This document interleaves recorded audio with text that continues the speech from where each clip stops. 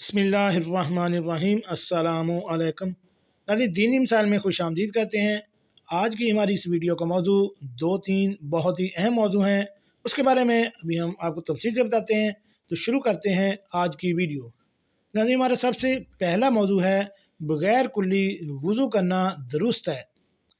सवाल का कुछ इस तरह है कि किसी को कुल्ली करते वक्त मुंह से खून निकलता है और थोड़ी देर बाद बंद होता है, तब इसका वज़ू ख़त्म होता है।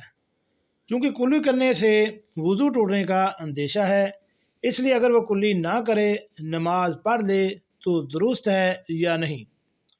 तो इसका जवाब कुछ इस तरह है कि इस हालत में कुल्ली ना करना दुरुस्त है।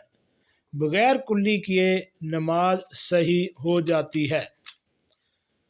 दूसरा हमारा मौजू है वज़ू के बाद रुमाल से हाथ मुंह पोंछना।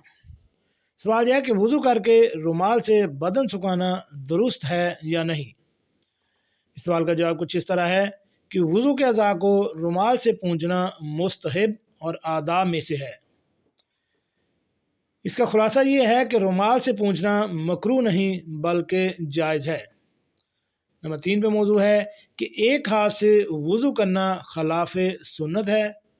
सवाल यह है कि एक हाथ से वज़ू करना दुरुस्त है या नहीं, और गर्दन का मस्सा करना कैसा है।